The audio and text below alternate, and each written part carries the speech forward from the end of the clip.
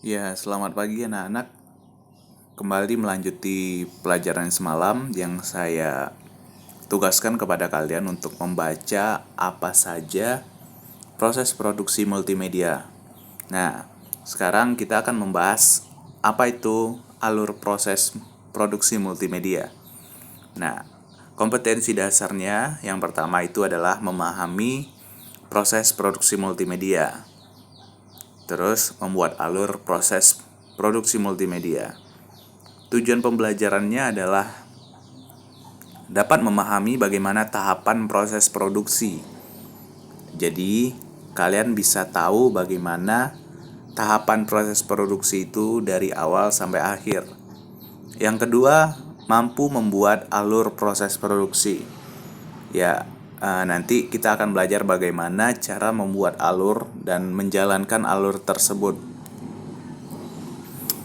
Kebetulan saya merekamnya menggunakan handphone saya. Nah, itulah kegunaan multimedia sekarang. Kalian bisa membuat metode pembelajaran seperti saya menggunakan HP saja, atau bisa juga menggunakan komputer seperti ibu-ibu lain dan bapak-bapak lainnya. Nah, oke, kita akan masuk pada materi ya. Materinya itu, yang pertama itu alur proses produksi multimedia. Metodologi yang paling umum dipakai pada proses multimedia itu ada 3 yang biasanya dilakukan secara umum.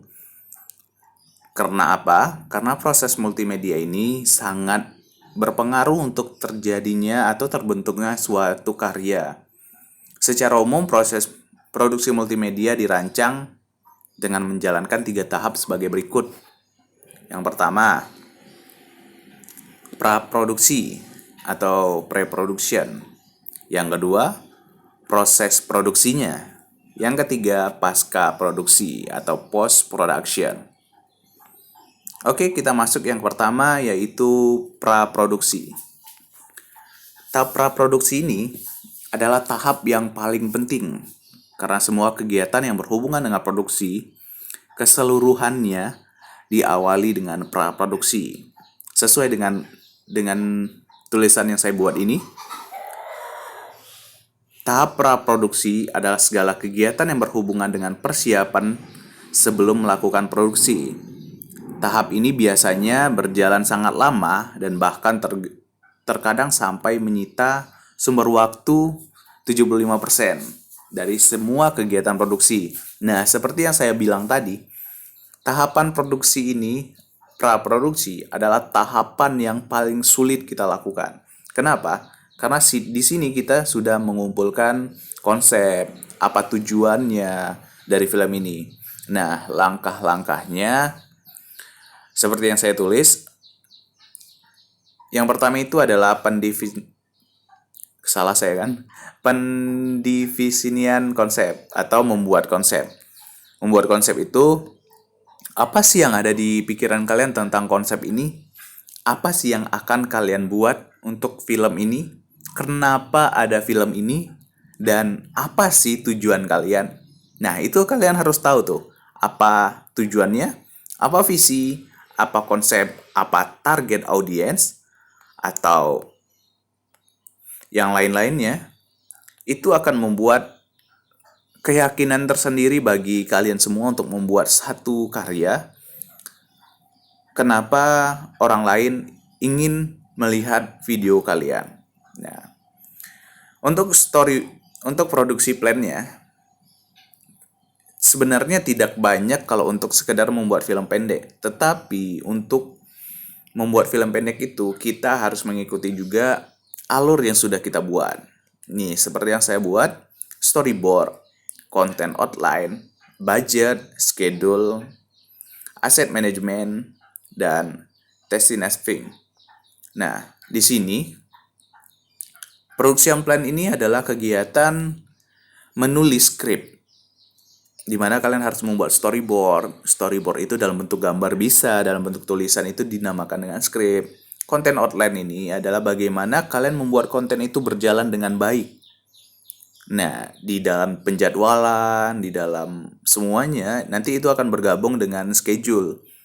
Budgeting ini bisa dari dana pribadi kalau kalian ada uang, dan bisa juga menggunakan sponsor ataupun orang lain yang ingin membuat juga, atau patungan lebih tepatnya bersama kalian.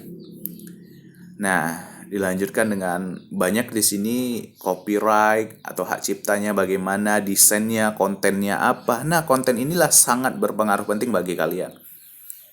Karena konten itulah yang paling membuat kalian bingung untuk mencari konten itu apa. Yang udah main YouTube pasti ngerti nih, atau sudah membuat film pendek. Nah, di sini sudah dijelaskan juga, nanti saya bakalan kirim ini latar belakangnya, bahasa, profesi, medianya apa aja gitu. Perangkatnya apa aja, terus time planningnya apa. Nah, kita lanjut ke yang kedua ya. Yang kedua itu proses produksinya. Ini adalah proses yang sangat panjang. Karena proses produksi biasanya jika kita menggunakan storyboard, itu kita akan melihat bagaimana produksi ini jadwalnya itu bagaimana sesuai dengan schedule yang sudah kita buat tadi. Nah, selanjutnya tahapan produksi merupakan tahapan implementasi praproduksi di mana semua anggota tim pengembang multimedia bekerja. Secara umum, tahap produksi multimedia adalah sebagai berikut. Content creator. Nah, ini adalah kalian yang membuat skrip tersebut. Kalian disebut dengan content creator. Elemen spesial, efek, musik, ataupun prosesnya semua, proses editing, terus proses pengambilan gambar, proses mencari bagaimana nih alurnya lebih baik untuk produksi ini gitu. Itu bisa didiskusikan ketika praproduksi, dan bisa juga didiskusikan ketika produksi. Banyak nih di sini, nanti saya bakalan kirim kepada kalian di Google Classroom. Karena apa? Karena proses produksi ini adalah proses yang sangat panjang. Seperti halnya pembuatan film Marvel. Pembuatan film Marvel itu sekiranya itu 2 tahunan. Untuk pembuatan satu film Marvel saja. Dan itu syutingnya di berbagai tempat. Itu adalah tahap produksinya. Belum lagi nanti tahap-tahap yang lain. Oke. Kita lanjut untuk pembuatan produksinya. Produksi ini bukan hanya kalian membuat suatu film dengan menggunakan kamera. Oke, di sini. Oke, kamera standby, roll and cut. Nggak kayak gitu. Tetapi kalian harus bisa menjadikan suatu skrip kalian itu menjadi lebih baik daripada praproduksi tadi. Harus ada visualisasi di dalam pikiran kalian sendiri bagaimana ini akan menjadi lebih baik. Nah, mengapa saya bilang begitu? Karena disitulah yang membuat kita bisa mengerti apa tujuan kita membuat film. Masuk kepada evaluasi. Mengevaluasi setiap hambatan yang terjadi. Hasil evaluasi harus dibuat catatannya, serta catatan antisipasi ini penting untuk pegangan proyek berikutnya yang akan dibahas pada saat proyek selanjutnya. Untuk mengeliminir, ini bahasa Indonesia kali, untuk meminimalisir kesalahan yang telah terjadi pada produksi pertama. Karena evaluasi inilah sangat penting. Kita bisa mengerti, bisa membuat film menjadi lebih baik karena evaluasi. Bayangkan aja, kalian pasti tahu Chandra Leo. Video pertama Chandra Leo itu adalah video beatbox yang biasa saja. Setelah dia evaluasi, dia belajar. Dia mengerti teknik editing dan teknik lighting. Oke, dan di sini kita juga bisa memberikan apresiasi kepada diri kita untuk suatu pembuatan film. Kita masuk ke tahap pasca produksi. Yo, siapa yang tahu pasca produksi? Pasca produksi adalah tahap penyelesaian produk multimedia menjadi hasil akhir. Tahap produksi atau post production diterapkan terutama pada bidang multimedia broadcasting, program televisi, video, audio recording, fotografi, dan animasi. Nah, di sini nih Bajang nih merevisi semuanya, meluncurkan semua produk, dan di sini kita bakalan ngerti nih eh, bagaimana sih pasca produksinya film ini kita bakalan tembak kemana nih, film ini bakalan kita sebar kemana.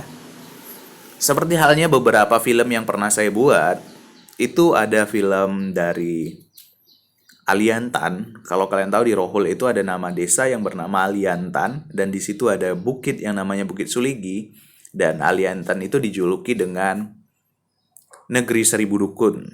Dan saya membuat film di sana itu dengan praproduksinya itu selama 2 bulan, mengumpulkan skrip, membuat alur, mencari art dan decorationnya semua, dan menghubungi pihak-pihak talent gitu. Terus produksinya itu selama 4 bulan. Karena kita mendaki bukit lagi untuk membuat sebuah film, menaikin semua peralatan dan di situ dibantu dengan warga setempat. Itu saja sudah 6 bulan. Belum lagi nanti proses editingnya. Proses editing itu masuk di proses produksi ya. Proses editing tuh masuk di proses produksi. Karena itu masih bagian dari produksi.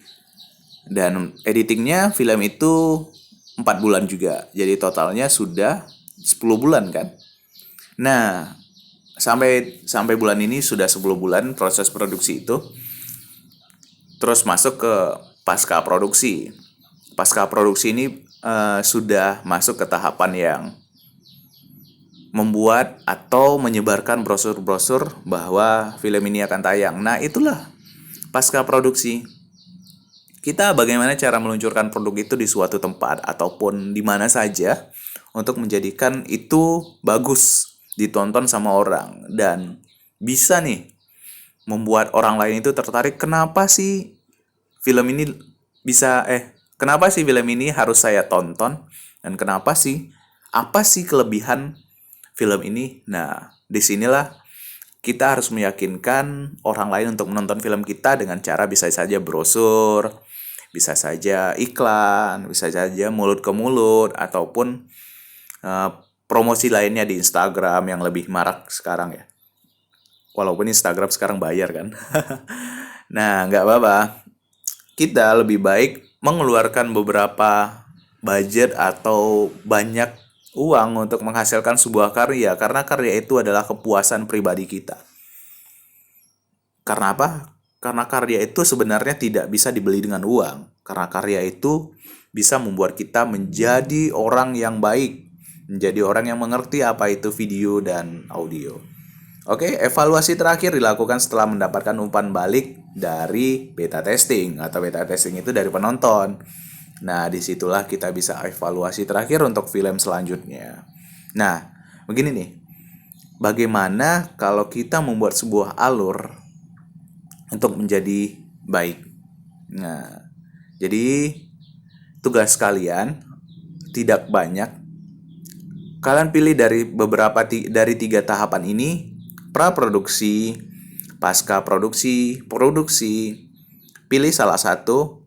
Bagaimana kalian menangani masalah ini? Kalian tulis apa saja. Misalnya kalian memilih praproduksi. Praproduksi ini apa saja yang kalian inginkan?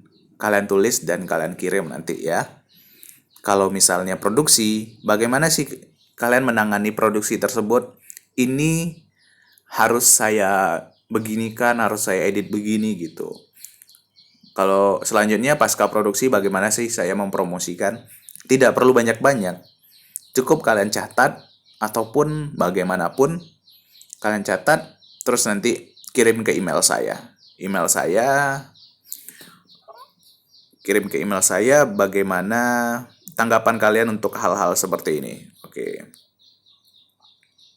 Email saya Mulia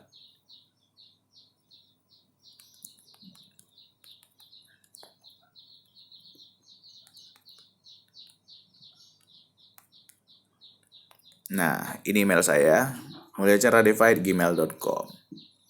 Nanti saya bakalan cek satu-satu ya, ini untuk nilai kalian. Oke, selamat siang dan semangat, karena kita nggak perlu lama-lama. Karena proses produksi ini akan berlanjut untuk besok menerapkan prosedur pengoperasian kamera dan dapat mengoperasikan kamera dengan baik. Oke, siap. Semangat. Jangan lupa ya, ini untuk minggu depan kok, bukan besok pagi, minggu depan. Santai, kita santuy. Oke, dadah, selamat siang.